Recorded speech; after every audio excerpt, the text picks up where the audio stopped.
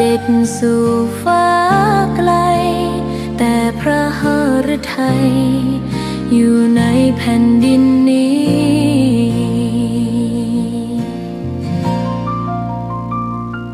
สวนดอกไม้ยังบานดังวันเก่าราวกับเจ้าดอกไม้รู้ว่าพระองค์จากไปแต่กลิ่นหอมยังพัดผ่านใจให้ระลึกถึงพระเมตตาแผ่นดินนี้ยังส่องสว่างด้วยพระคุณอันยิ่งใหญ่ขอเดินตามรอยเท้าแห่งพระแม่ไปด้วยศรัทธาไม่เสื่อมคลายขอกราบแทบบาทด้วยรักนิรันดร์น้ำตาหลั่งพลันจากใจคนไทยแม้เสด็จสู่ฟ้าไกลแต่พระหฤทัยอยู่ในแผ่นดินนี้ดวงใจไทยทุกดวงขอพักดีขอถวายรักนี้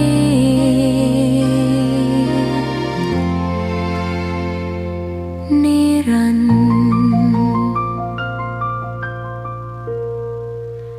แด่พระพันปีหลวง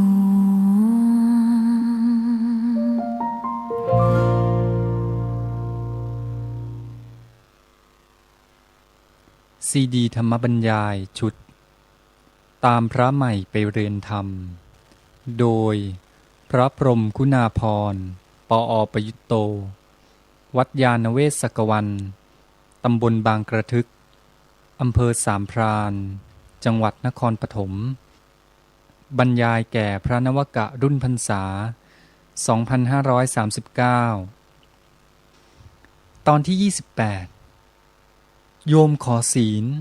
พระให้สิกขาบทขอสมาธิให้กรรมฐาน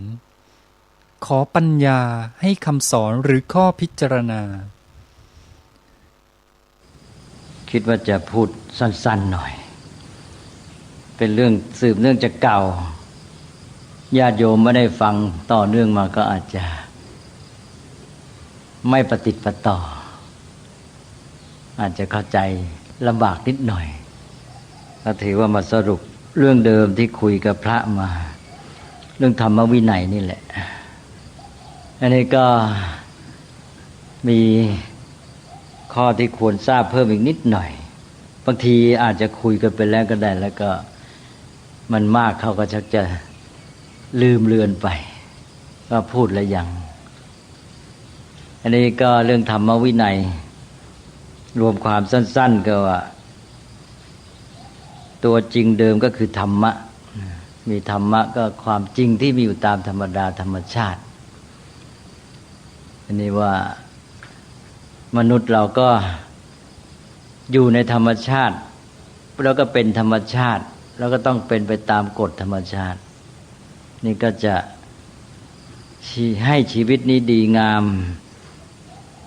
ดำเนินไปอย่างถูกต้องก็จะต้องรู้เข้าใจธรรมะนั้นแล้วก็ปฏิบัติให้เป็นไปตามธรรม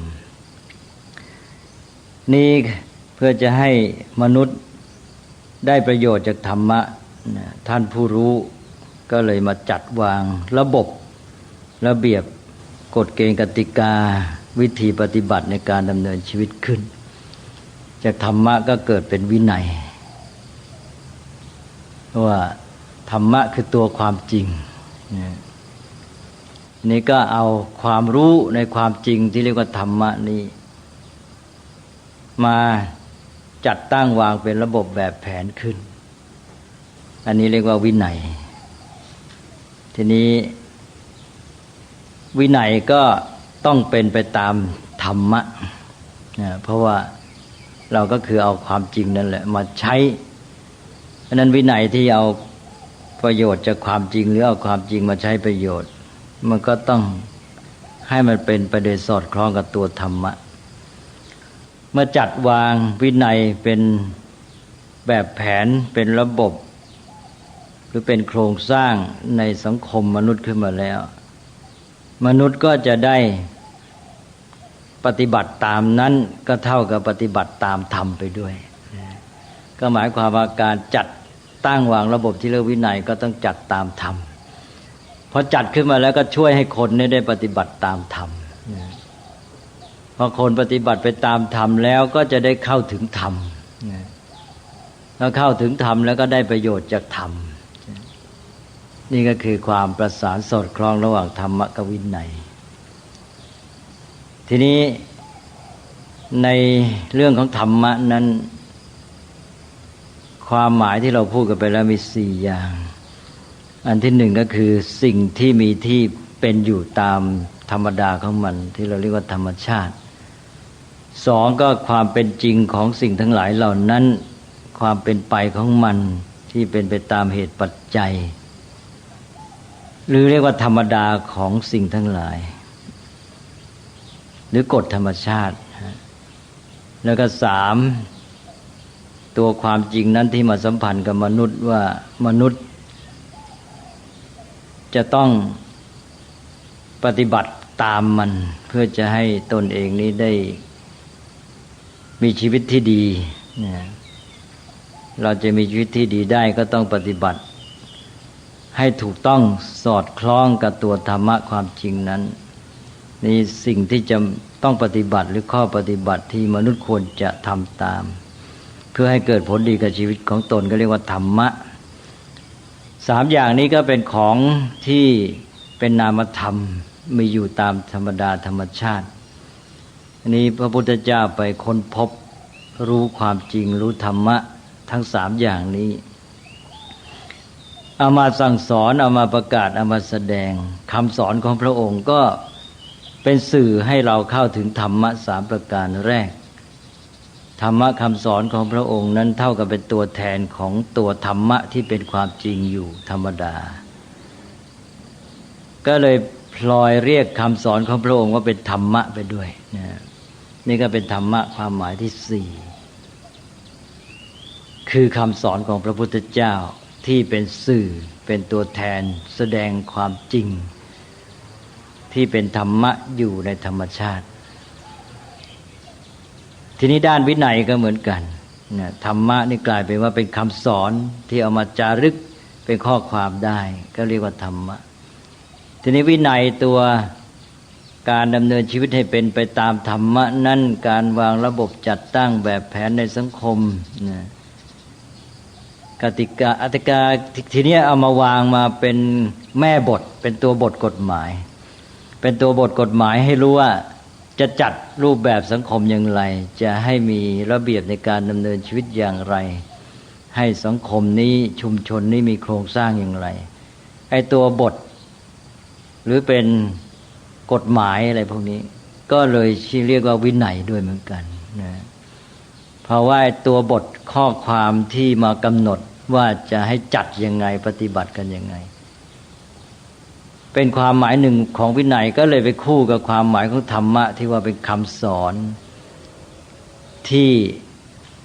สื่อเป็นตัวแทนแสดงตัวธรรมะที่แท้จริงอันนี้ธรรมะที่เป็นคำสอนก็มาจะลึกเป็นข้อความเป็นหนังสือเป็นคำภีร์ได้วินัยที่เป็นแม่บทเป็นตัวบทเป็นกฎหมายก็เอามาจารึกเป็นข้อความในคัมภีร์ในหนังสือได้เช่นเดียวกันอันนี้แหละก็เป็นธรรมะกับวินัยที่ถ่ายทอดกันมาถึงเราได้ในปัจจุบันแต่ว่าวินัยที่มาบันทึกไว้ในคัมภีร์พุทธศาสนาก็จะเน้นที่วินัยสำหรับพระสงฆ์นะซึ่งเป็นชุมชนที่พระพุทธเจ้าจัดตั้งขึ้นโดยเฉพาะเรียกว่าสังฆะก็เป็นตัวบทบัญญัติสำหรับมาจัดสงฆ์นี้ พื่อจะให้พระภิกษุทั้งหลายที่อยู่ในสงฆ์นี้ดำเนินชีวิตให้เป็นไปตามนั้นก็เป็นทีนี้ก็เป็นได้ความหมายในแง่ที่เป็นตัวหนังสือและธรรมะกับวินัยนี่เป็นข้อความหรือคำพูดกันแล้วแต่ก็คู่กันมาเวลานี้เราพูดถึงคำว่าธรรมวินัยในด้านหนึ่งก็ธรรมะก็คือคำสอนของพระพุทธเจ้าวินัยก็คือว่าสิ่งที่พระพุทธเจ้าทรงบัญญัติจัดวางไว้เป็นตัวบทกฎหมายคิดว่าแค่นี้ก็คงจะทำให้เกิดความชัดเจนพอสมควรในเรื่องธรรมวินัยก็คู่กันมาทั้งหมดนี้ก็รวมเป็นพระพุทธศาสนาทีนี้ในคำว่าวินัยนี้ก็ยังมีสิ่งที่น่าศึกษาเพิ่มอีกนิดหน่อยมีคำใกล้เคียงคือคำว่าวินัยมักจะได้ยินใกล้กับคำว่าศีลนะแล้วก็คำว่าสิกขาบทสำหรับท่านที่ไม่คุ้นกับศัพท์ทางศาสนาก็อาจจะได้ยินไม่ครบทุกคำแต่ว่าจำเป็นจะต้องรู้ไว้เพื่อความชัดเจนเพราะคำว่าวินัยนี่เป็นคำรวมอย่างเวลาบัญญัติเป็นตัวบทกฎหมายนะว่าให้พระภิกษุประพฤติอย่างนั้นอย่างนี้วินัยนี้จะเป็นคำกว้างๆหมายถึงทั้งหมดเลยหมายถึงถ้าเรียกอย่างกฎหมายก็คล้ายๆประมวลกฎหมายเป็นคำรวมทั้งหมดไม่เป็นข้อเป็นข้อนี่เรียกว่าวินัยไม่ได้บางทีเราก็มาใช้เรียกกันก็ไม่ถูกต้องคำว่าวินัยในภาษาบาลีเป็นคำเอกพจน์คือทั้งหมดอย่างประมวลกฎหมายประมวลบทบัญญัติสำหรับพระภิกษุทั้งหมดก็เรียกว่าวินัยสำหรับพระภิกษุทั้งหมดเนี่ยเรียกเป็นอันเดียวกันยังไม่แบ่งเป็นข้อหรือถ้าหากว่าเป็นสำหรับภิกษุณีสงฆ์ก็เป็นวินัยสำหรับภิกษุณีก็หมายถึงทั้งหมดมีเท่าไหร่ก็รวมเป็นเรียกว่าวินัยเป็นอันเดียวแต่ละข้อนั้นเรียกวินัยไม่ได้วินัยเป็นคำรวมทีนี้ทำไงล่ะเวลาแยกเป็นข้อเวลาเป็นข้อบัญญัติว่าจะให้ทำยังไงหรือไม่ให้ทำยังไงเช่นว่าภิกษุไปขออาหารบิณฑบาตกับคฤหัสถ์หรือญาติโยมที่ไม่ใช่ญาติไม่ใช่ปรณามีถ้าขอมาเพื่อตนมีความผิดอย่างนี้เป็นต้นนะเป็นอาบัตินี่อย่างนี้เนี่ยที่เป็นข้อหนึ่งที่จะต้องปฏิบัตินะเรียกว่าอะไรเรียกว่าสิกขาบทนะแต่ละข้อนี่เหมือนอย่างกฎหมายนี่ก็เป็นคำรวมแต่ละข้อก็อาจจะเรียกเป็นมาตราหรืออะไรก็แล้วแต่นะคำว่ามาตรานี่ไม่ได้มีความหมายดีชัดเหมือนของพระคำว่าสิกขาบทจะมีความหมายที่ชัดเจนมากแสดงวัตถุประสงค์ว่าเพื่ออะไรเป็นนั้นว่าวินัยนั้นเป็นคำรวมแต่ละข้อในวินัยนั้นเรียกว่าสิกขาบทสิกขาบทแปลว่าอะไรสิกขาบทก็มาจากสิกขากับบทบทแปลว่าข้อสิกขาแปลว่าศึกษาหรือสำหรับฝึกคนอันนั้นสิกขาบทก็แปลว่าข้อฝึกหรือว่าแบบฝึกหัดแต่ที่จริงก็คือข้อฝึกหัดข้อฝึกตนคือพุทธศาสนานี่มองการประพฤติปฏิบัติว่าเป็นเรื่องของการศึกษาหมดเป็นเรื่องของการฝึกฝนทำให้คนดีขึ้นถ้ามองเป็นเรื่องฝึกก็ไม่รู้สึกว่าเป็นเรื่องบังคับสำหรับกฎหมายบ้านเมืองนี่บางทีไม่ได้ทำความเข้าใจเรื่องนี้ประชาชนก็มีความรู้สึกเป็นข้อบังคับไปนะจะสังเกตเห็นนะไม่เรียกข้อบังคับนะเรียกว่าข้อฝึกคนไทยเราชอบใช้คำว่าข้อบังคับในพระพุทธศาสนาเรียกว่าข้อฝึกให้เราเกิดความรู้สึกว่านี่มันเพื่อความดีความงามของชีวิตของสังคมเรามาปฏิบัติตามนี้ก็เราก็ฝึกตนนะเพื่อเราจะได้มีชีวิตที่ดีงามเป็นนั้นว่าวินัยเป็นคำรวม แล้วในวินัยนี้บทบัญญัติแต่ละข้อเรียกว่าสิกขาบทแปลว่าข้อฝึกในอย่างศีล227ของพระนี่ก็เรียกกันไปอย่างนั้นเองที่จริงศัพท์ที่ถูกเรียกสิกขาบท227นะพระภิกษุก็มีสิกขาบทมีวินัยที่ประกอบด้วยสิกขาบทคือข้อฝึกนี่227ข้อไม่ได้เรียกว่าศีลนะศีลก็เป็นภาษาชาวบ้านเพราะนั้นเวลานี้ก็ใช้สับสนหมดคำว่าวินัยคำว่าศีลคำว่าสิกขาบทอะไรครับสิกขาบทว่าเขาได้ยินอ่ะได้ยินแต่วินัยบ้างศีลบ้างแล้วก็มาเรียกเป็นศีล5ศีล227พอเอาศัพท์จริงนี่ไม่ถูกหมดเลยนะเพราะแต่ละข้อนี่เรียกว่าสิกขาบทแปลว่าข้อฝึกภิกษุไปลักภิกษุใดไปถือเอาสิ่งของที่เขาไม่ได้ให้ตั้งแต่5 มาศกขึ้นไปขาดถ้าเป็นปาราชิกอย่างนี้ก็เป็นสิกขาบทหนึ่งใช่ไหมหรือภิกษุที่ไปฆ่ามนุษย์เนี่ยก็เป็นสิกขาบทหนึ่งเป็นอาบัติปาราชิกหรือภิกษุฆ่าสัตว์เล็กๆน้อยๆอันนี้ก็เป็นอาบัติเล็กลงมาเบาก็เรียกว่าเป็นอาบัติปาจิตตีเนี่ยแต่ละข้อละข้อเนี่ยสิกขาบทเป็นข้อฝึกหมดเอาละครับนี่ก็เป็นเรื่องของถ้อยคำที่ควรทราบแต่นี้ถ้าเป็นภิกษุณีก็จะมีวินัยที่ประกอบด้วยสิกขาบท311ข้อนะนี่ถ้าเป็นญาติโยมนะก็ต้องมาตกลงกันสำหรับญาติโยมนี่ก็เอาอะไรเป็นวินัยล่ะนะวินัยสำหรับญาติโยมชาวพุทธนี่ไม่ค่อยชัดเจนสำหรับพระนั้นชัดแหละนี่ในอรรถกถาท่านก็แนะท่านบอกว่าใช้หลักในสิงคาลกสูตรนี่แหละเป็นวินัยสำหรับคฤหัสถ์แต่ที่พูดกันในเมืองไทยเดมากก็จะเอาศีล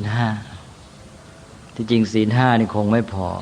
แต่ก็อย่างน้อยก็ยังดีอย่างในอรรถกถามงคลสูตรหรืออย่างในมังคลตทีปณีก็ให้เอากุศลกรรมบท10และการเว้นจากอกุศลกรรมบท10นี่เป็นวินัยสำหรับคฤหัสถ์นี่คนไทยทั่วไปก็จะเอาแค่ศีลที่เราเรียกว่าศีล5ซึ่งที่จริงก็ไม่ถูกที่เราเรียกว่าศีล5นี่ให้เป็นวินัยสำหรับคฤหัสถ์ชาวพุทธคฤหัสถ์น่าจะมาตกลงกันสักทีว่าเอาไหนแค่ไหนเป็นวินัยใช่ไหมทีนี้วินัยของคฤหัสถ์ก็จะประกอบด้วยถ้าเอาศีล5ก็เท่ากับมีสิกขาบท5นะวินัยนี่ก็มีสิกขาบท5หรือจะเอาศีล8ก็ศีล8มันก็จะไม่พอดีมันเกินไปอาจจะเกินจำเป็นศีล8ศีล10ถ้าเอาแค่ศีล5คือที่จริงสิกขาบท5แล้วอาจจะไปเอาข้อปฏิบัติอื่นๆเข้ามารวมก็ให้เป็นวินัยสำหรับคฤหัสถ์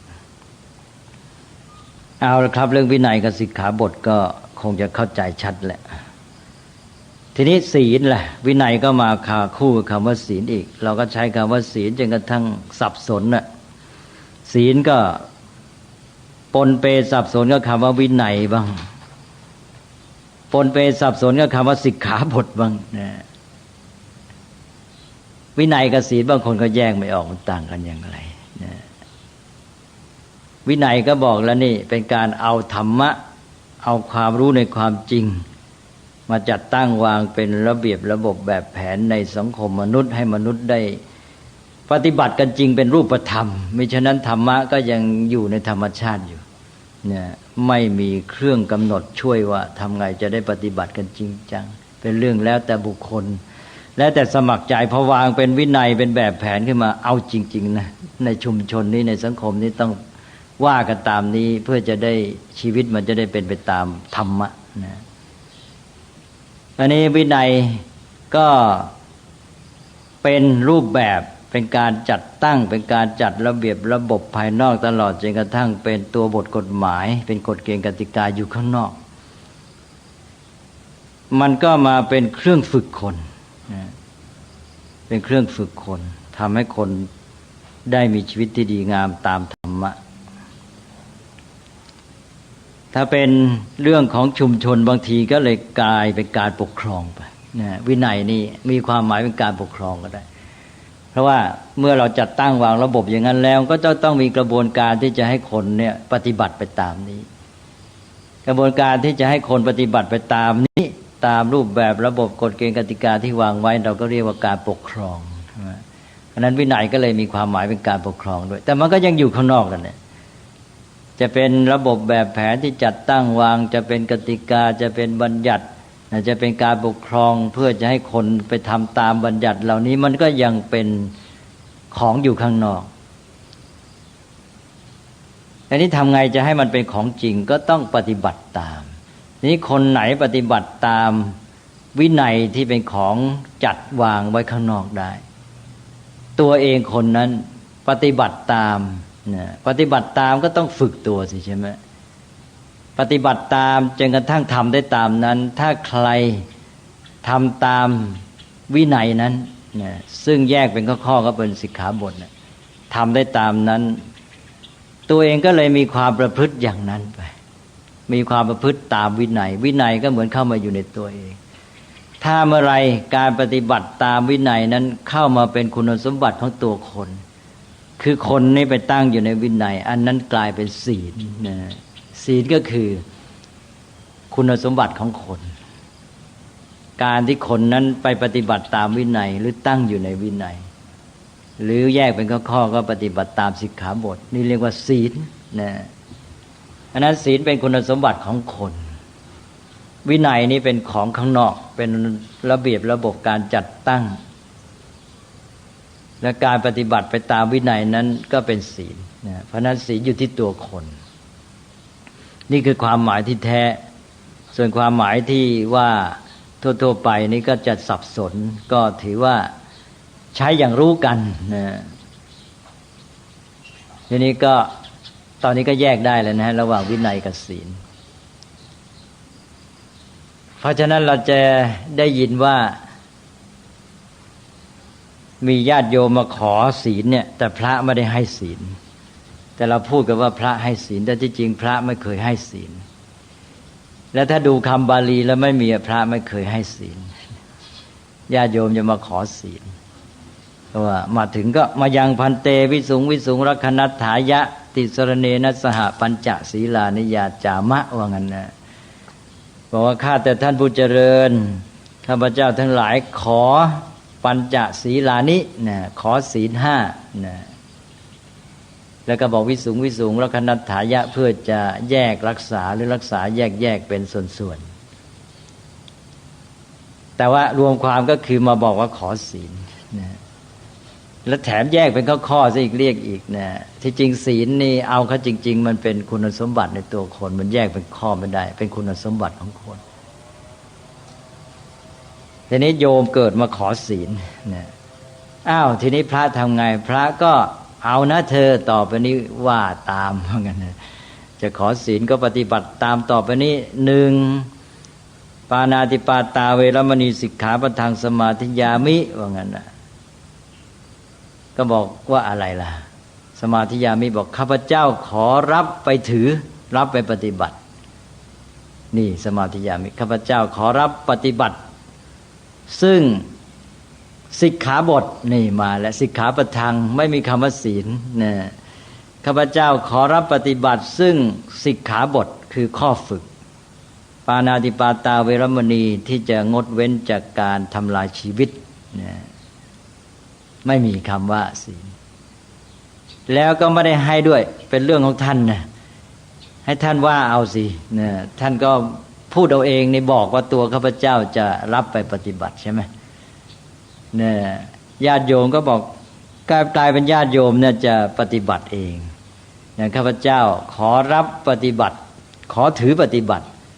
ซึ่งสิกขาบทคือข้อฝึกที่จะเว้นจากการทำลายชีวิตแล้วข้อสองก็เว้นจากการถือเอาของที่เขาไม่ได้ให้ข้อสามก็เว้นจากการประพฤติผิดในกามข้อสี่ก็เว้นจากการพูดเท็จข้อห้าก็เว้นจากสุราเมลัยเครื่องดองของเมาอันเป็นที่ตั้งแห่งความประมาทตกลงว่าที่มาขอศีลน่ะโยมบอกพระบอกให้โยมว่าเองว่าฉันจะถือปฏิบัติอย่างนี้อย่างนี้ นะเป็นนั้นว่าหนึ่งไม่ได้ให้ด้วยให้เขาบอกจะรับปฏิบัติเอง แล้วก็สองก็ไม่ได้ให้ศีลด้วยแล้วบอกนี่สิกขาบทแต่ละข้อละข้อเป็นข้อฝึก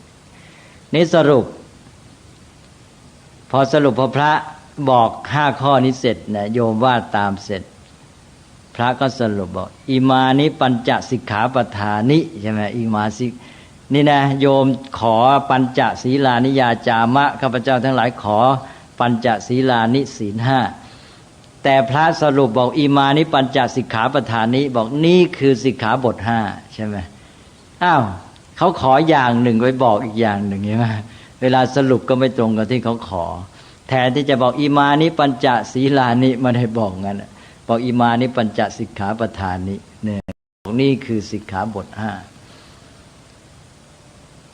สีเลนะทีนี้จึงบอกอานิสงส์ต่อไปสีเลนะสุขติงยันติบอกว่าบุคคลจะถึงสุขติได้ด้วยศีลทีนี้ตอนนี้เราบอกแหละบอกเรื่องศีลแล้วบอกว่าถ้าคุณประพฤติตามนี้นะคุณจะเป็นผู้มีศีลแล้วด้วยศีลนั่นแหละคือที่คุณประพฤติได้แหละจะทำให้ไปสุคติได้สีเลนะโภคสัมปทาด้วยศีลก็จะมีความถึงพร้อมได้โภคานี่เป็นเรื่องสังคมถ้าสังคมเต็มไปด้วยการเบียดเบียนการประพฤติผิดในสิกขาบทนี้5ก็เดือดร้อนกันไปหมดสังคมจะอยู่ดีไม่ได้เนี่ยสังคมจะดีก็ต้องคนในสังคมนั้นจะต้องมีศีลก็คือรักษาสิกขาบทนี้ถือปฏิบัติตามสิกขาบทสีเลนะสุขติงยันติสีเลนะโภคสัมปทาสีเลนะนิพุติงยันติก็จะบรรลุนิพพานได้ก็ได้ศีลหมายความว่าต้องอาศัยศีลเป็นฐานนะไม่ใช่ศีลอย่างเดียวพอนะฮะอาศัยศีลนี่ก็จะบรรลุนิพพานได้ด้วยแต่ตอนนี้ท่านสรุปว่าด้วยศีลก็คือด้วยคุณสมบัติในตัวท่านที่ท่านไปปฏิบัติตามสิกขาก็ไปอ่านว่าเท่ากับพระบอกว่าคุณมาขอศีลหรือคุณเอาสิกขาบทนี้ไปปฏิบัติ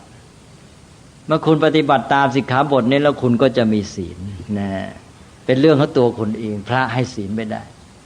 แล้วใครจะไปให้ศีลกันได้ยังไงล่ะศีลมันเป็นคุณสมบัติในตัวใช่ไหมคุณก็ต้องไปปฏิบัติไปฝึกเอา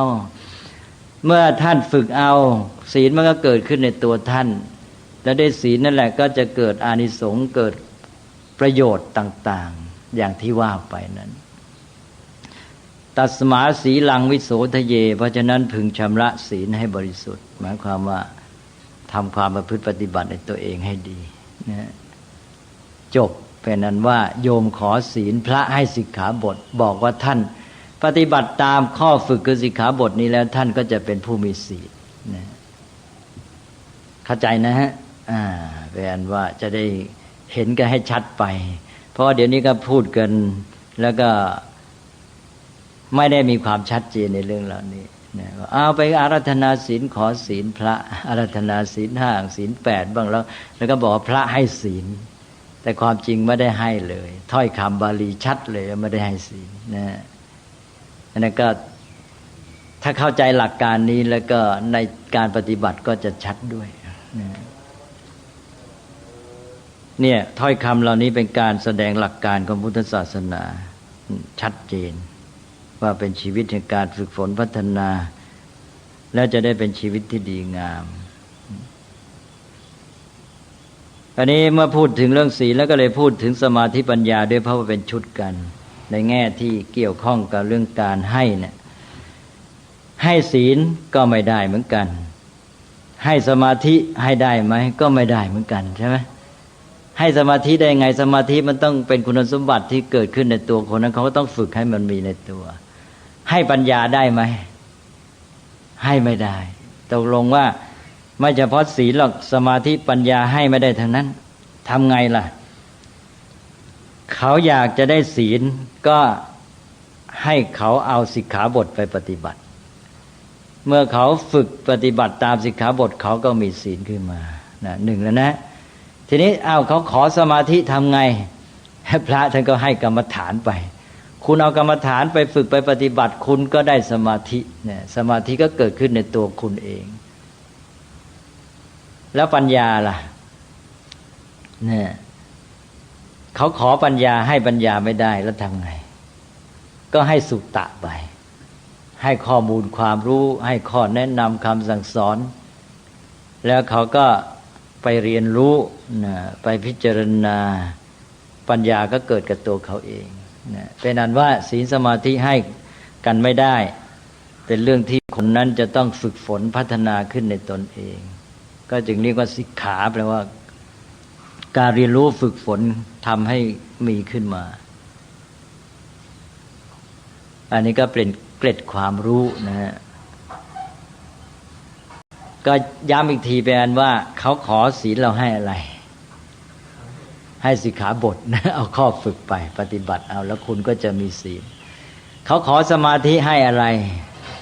ให้กรรมฐานหรือจะเรียกว่าให้อารมณ์กรรมฐานก็แล้วแต่ก็คือข้อปฏิบัติที่จะไปฝึกแล้วเกิดสมาธินะแล้วก็ขอปัญญาให้อะไรให้สุตะสุตะก็แปลว่าสิ่งที่ได้สดับฟังสิ่งที่เล่าเรียนสิ่งที่อ่านอะไรก็ตามก็เป็นข้อแนะนำคำสั่งสอนนั่นแหละให้ไปแล้วเขาก็ไปเรียนรู้ก็เกิดปัญญาขึ้นมาในตัวเขาเองทีนี้ก็มีศัพท์พิเศษอีกศัพท์หนึ่งคือเราจะได้ยินว่ามีคำว่าศีลและวัดนี่คำว่าวัดก็มีคำหนึ่งอันนี้ศีลอย่างที่บอกแล้วในภาษาชาวบ้านและในความหมายอย่างหนึ่งที่พูดกันง่ายๆก็เลยไม่เคร่งครัดก็มาใช้แม้แต่เรียกเหมือนกับมาเรียกตัวบทข้อบังคับที่เรียกสิกขาบทด้วยแต่ว่าใช้ในความหมายกว้างๆคือว่าเป็นเรื่องของการประพฤติปฏิบัตินั่นแหละการประพฤติปฏิบัติที่วางให้คนทุกคนในหมู่ชนนั้นเช่นในสงฆ์เนี่ยต้องประพฤติปฏิบัติเสมอกันนะคล้ายๆกับว่าถ้าอยู่ในชุมชนนี้ก็ต้องถือเหมือนกันก็จะเป็นเรื่องศีลทีนี้มันจะมีข้อปฏิบัติพิเศษที่ว่าไม่จำเป็นต้องถือปฏิบัติเหมือนกันให้เลือกได้นะด้วยเหตุผลเกี่ยวกับความเหมาะสมเฉพาะตัวบ้างอะไรบ้างข้อปฏิบัติพิเศษอย่างนี้นะเขาเรียกว่าวัดเช่นอย่างธุดงค์ธุดงค์ก็ภาษาไทยก็เข้าใจผิดอีกแหละธุดงค์แปลว่าข้อปฏิบัติในการขัดเกลากิเลสแล้วทุตะผู้ขัดเกลากิเลสอังคะแปลว่าองค์หรือคุณสมบัติคุณสมบัติข้อปฏิบัติของผู้ที่ขัดเกลากิเลสมี13ข้อ13ข้อก็มีหลายอย่างเกี่ยวกับข้อปฏิบัติเกี่ยวกับเรื่องอาหารบ้างเกี่ยวกับเรื่องเครื่องนุ่งห่มบ้างเกี่ยวกับที่อยู่อาศัยบ้างเกี่ยวกับอิริยาบถบ้างถือข้อปฏิบัติเหล่านี้จะกลายเป็นผู้เคร่งครัดการเคร่งครัดก็คือความประสงค์ขัดเกลากิเลสของตนเองไม่ได้เคร่งครัดเพื่อจะไปให้ใครมาเลื่อมใสนับถือหรืออะไรไม่ใช่ไปอวดใครเพื่อขัดเกลากิเลสตัวเองเพราะตัวเองนี่มันอาจจะกิเลสมากนะบางคนกิเลสมากในเรื่องไหนก็จะไปถือธุดงค์ในเรื่องนั้นนะหรือแม้ไม่มีกิเลสมากแต่ว่าต้องการขัดเกลาตัวเองฝึกตัวเองเป็นพิเศษก็ถือธุดงค์ข้อนั้นๆหรือท่านผู้บรรลุธรรมแล้วบางทีก็ถือเพราะว่าเห็นว่าเหมาะกับชีวิตของตนเองนะทำให้ชีวิตตัวเองนี้มันเหมาะสมแล้วก็เป็นแบบอย่างกับคนรุ่นหลังอย่างพระมหากัสสปะเป็นประธานก็ถือได้ถือเป็นตัวอย่างอันนี้เกี่ยวกับอาหารก็เช่นว่าฉันมื้อเดียวนี่เป็นธุดงค์ข้อนึงนะนี่ฉันมื้อเดียวก็เป็นธุดงค์เรียกว่าถือบิณฑบาตเป็นวัดคือเป็นประจำถือบิณฑบาตออกบิณฑบาตไม่รับนิมนต์ญาติโยมนิมนต์ไปฉันที่บ้านไม่เอานะฉันแต่อาหารที่ออกไปเดินบิณฑบาตอย่างเดียวนะนี่ก็เป็นธุดงค์หรือว่าอย่างเครื่องนุ่งห่มจีวรก็ใช้จีวรแค่ชุดเดียว3ผืนเรียกว่าไตรจีวรเกินนั้นไม่เอานี่ก็เป็นธุดงค์ข้อนึง หรือว่าใช้แต่ผ้าจีวรบางสกุลคือผ้าที่เขาทิ้งแล้วตัวเองไปเที่ยวเก็บมาแล้วก็มารวบรวมไว้พอแล้วก็มาต้มมาตัดมาเย็บมาย้อมทำเป็นจีวรเองนะนี่เรียกว่าบางสกุลจีวรถือว่าทำอย่างนี้เท่านั้นไม่รับจีวรดีๆที่ญาติโยมถวายไม่เอาเนี่ยถ้าถืออย่างนี้ก็เป็นธุดงค์อีกข้อหนึ่งและธุดงค์ก็มีเยอะและเสนาสนะก็เหมือนกันเนี่ยถืออยู่แต่ป่า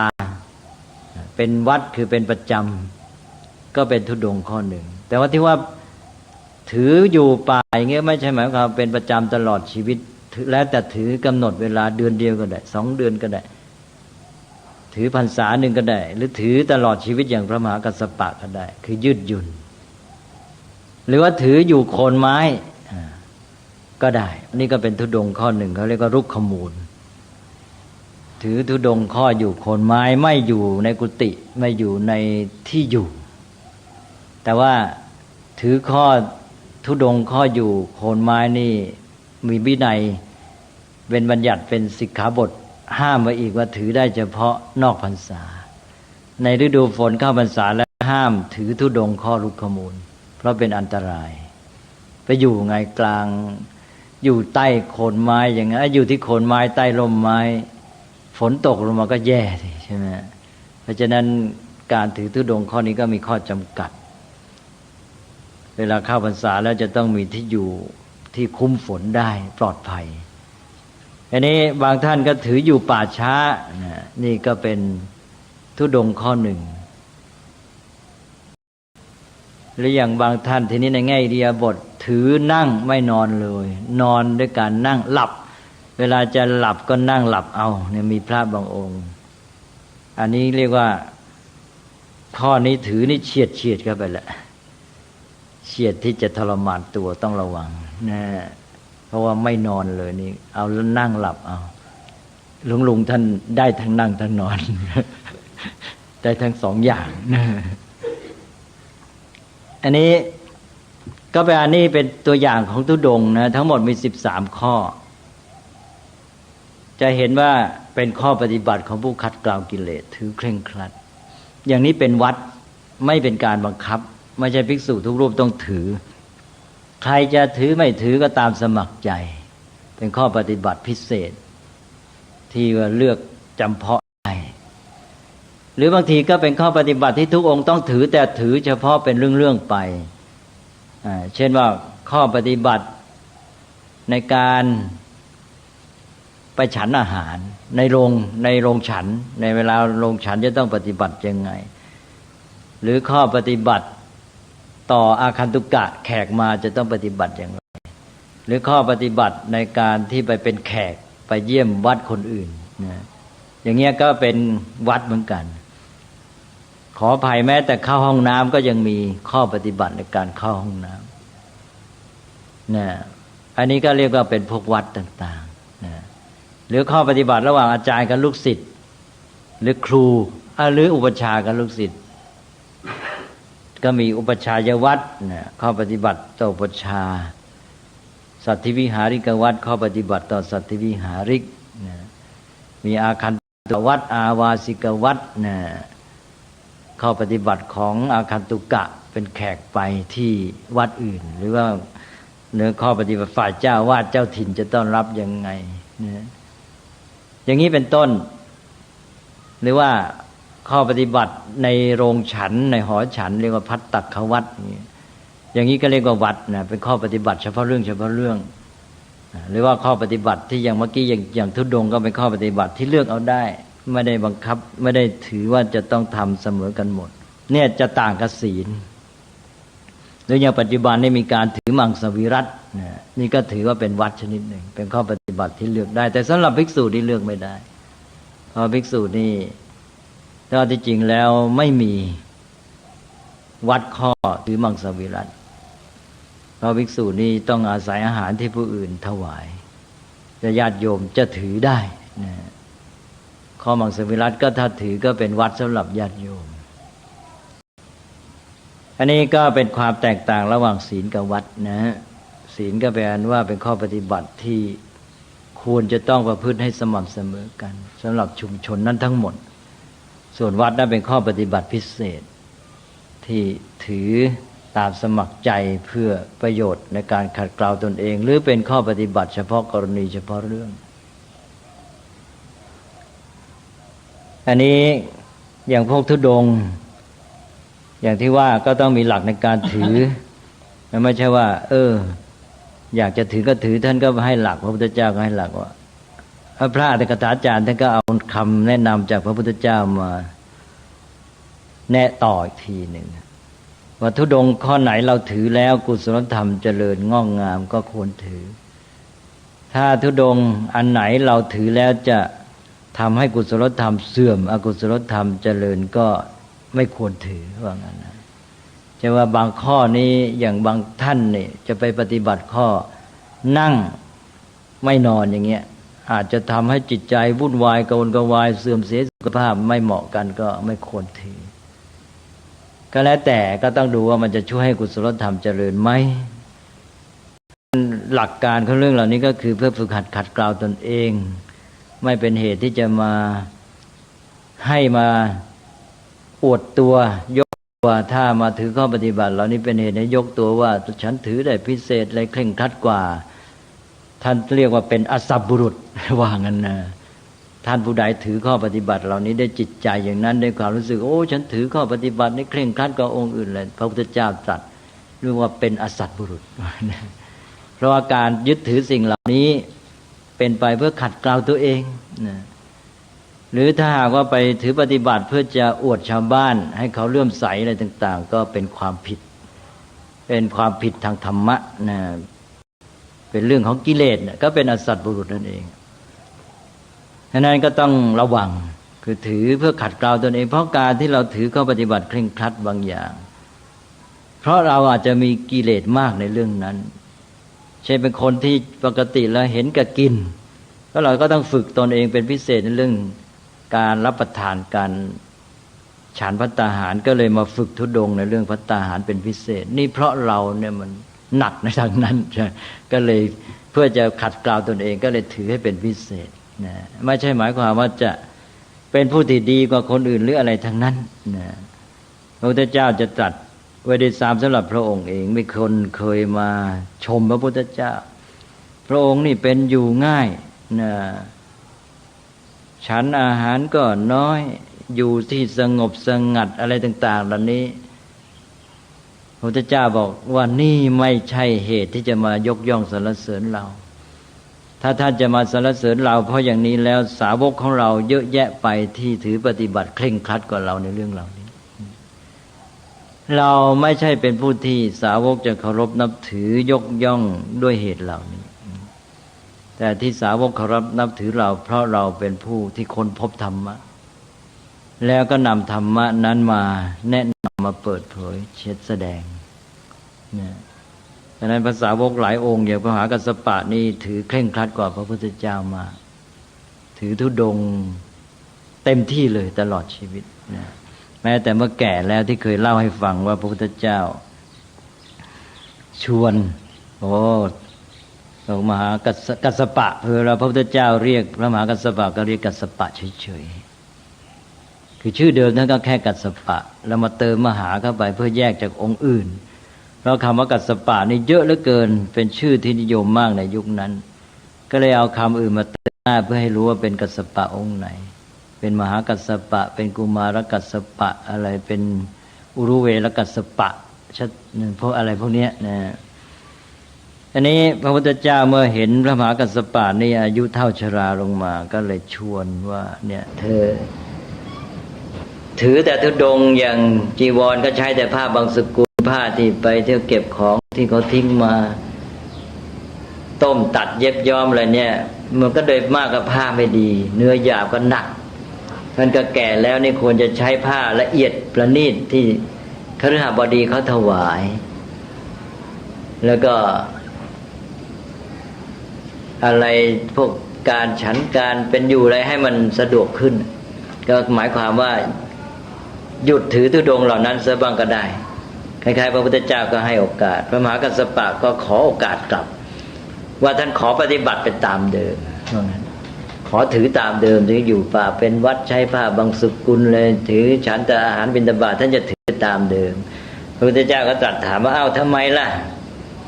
พระมหากัสสปะก็กราบทูลบอกว่าก็ท่านจะได้ประพฤติปฏิบัติเป็นแบบอย่างสำหรับชนรุ่นหลังต่อไปว่าปัจฉิมาชนตาทิฏฐานุคติงอาปัจฉยะแปลว่าประชุมชนที่เกิดตามมาภายหลังก็คือพระภิกษุทั้งหลายเป็นต้นจะได้ถือเอาเป็นแบบอย่างนะเป็นตัวอย่างนี่ก็สำหรับพระอรหันต์นี่ไม่ได้ถือเพื่อฝึกตนเองแล้วแต่ถือเพื่อเป็นแบบอย่างแก่ผู้อื่นต่อไปแล้วก็ท่านก็บอกแล้วก็เป็นความสบายพอใจของท่านอย่างนั้นด้วยคล้ายๆว่าท่านปฏิบัติมาจนชินแล้วตลอดชีวิตทีนี้ก็มีข้อสังเกตอีกอันก็เกี่ยวกับคำว่าธุดงค์ที่เรามาใช้ในภาษาไทยและความหมายมันเพี้ยนไปธุดงค์คนสมัยปัจจุบันนี่เข้าใจไปว่าพระเนี่ยเที่ยวเดินทางไปใช่ไหมเดินทางไปพักที่หนุนแวะที่นี่เอากรดไปด้วยไปถึงก็ข้ามที่ไหนก็กลางกรดเขาก็แล้วก็ไปจำวัดในกรดอันนี้เราก็เลยนึกว่าธุดงค์คืออย่างนี้มันเป็นศัพท์ที่ความหมายเพี้ยนแล้วมันเพี้ยนไปได้อย่างไร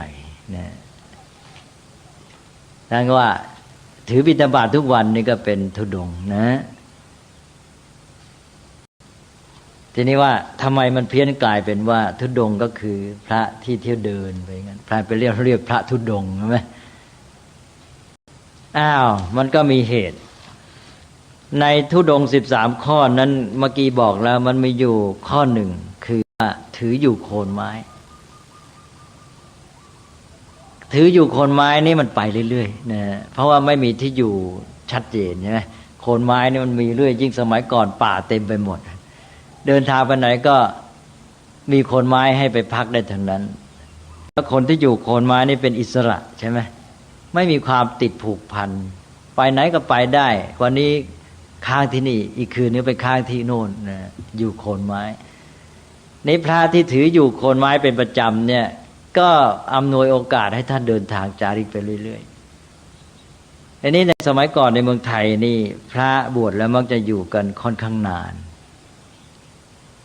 ไม่อยู่กันค่อนข้างนานพระเก่าก็พระใหม่บวชออกพรรษาแล้วนะไม่ต้องอยู่ประจำที่ก็สมัยก่อนนี่อย่างพุทธกาลนี่พอออกพรรษาก็จาริกต่อนี่พระเก่าก็จะชวนพระใหม่ออกไปลุกขมูลกันสมัยก่อนเขาเรียกไปลุกขมูลนี่แหละลุกขมูลก็คือไปถือธุดงค์ข้อไปอยู่ตามโคนไม้สมัยก่อนเขาเรียกลุกขมูลนะไปลุกขมูลไปลุกขมูลกันก็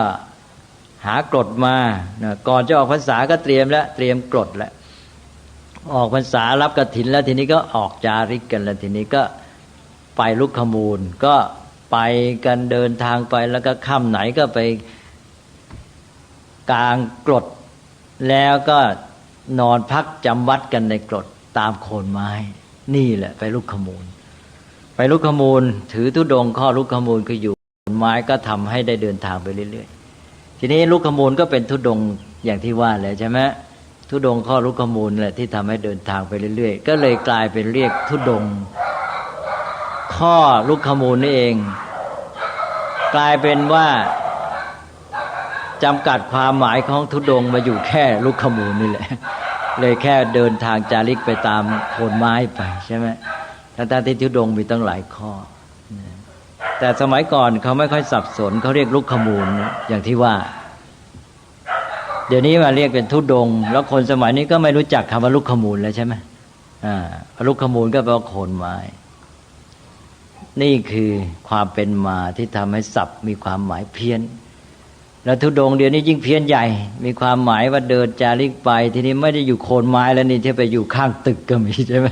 นะเข้าเมืองเข้าอะไรไปวุ่นวายหมดแล้วธุดงค์เดี๋ยวนี้เพราะฉะนั้นถ้าไปเจอพระธุดงค์ก็บอกท่านมาธุดงค์อะไรแถวนี้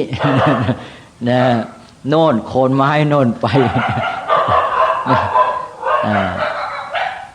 ก็มันกลายเป็นเที่ยวเข้าเมืองไปเพื่อวัตถุประสงค์อะไรก็ไม่รู้ มันไม่ใช่เพื่อขัดเกลากิเลสเลยใช่ไหมเนี่ย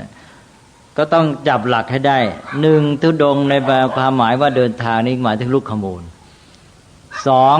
ต้องเป็นการปฏิบัติเพื่อขัดเกลากิเลสของตนใช่ไหมและท่านไปปฏิบัติขัดเกลากิเลสของตัวเองอะไรบ้างไหมองค์นั้นนะ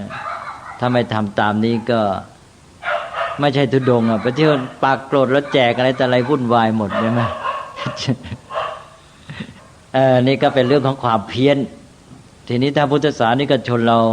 รู้หลักอยู่ใช่ไหมก็จะเป็นเครื่องช่วยในการรักษาศาสนาด้วยถ้าไม่ไหวแล้วอย่างรัตนาศีลเนี่ยพระไม่ได้ให้ศีลพระให้สิกขาไปแล้วรัตนาธรรมพระให้ทำอ๋อพระแสดงธรรมแสดงธรรมแสดงธรรมตอนนี้ก็ขอยุติเท่านี้ก่อน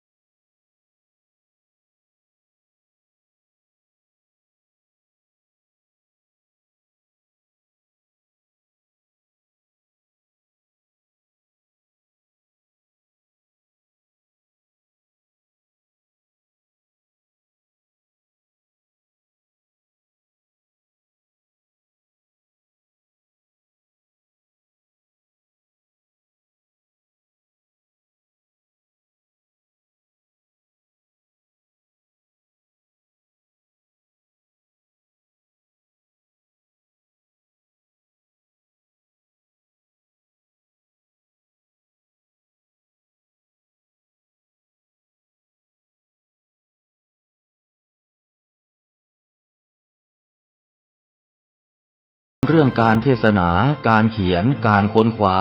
ซึ่งอาจจะเป็นเรื่องเฉพาะตัวแต่ก็สามารถฝึกขึ้นมาได้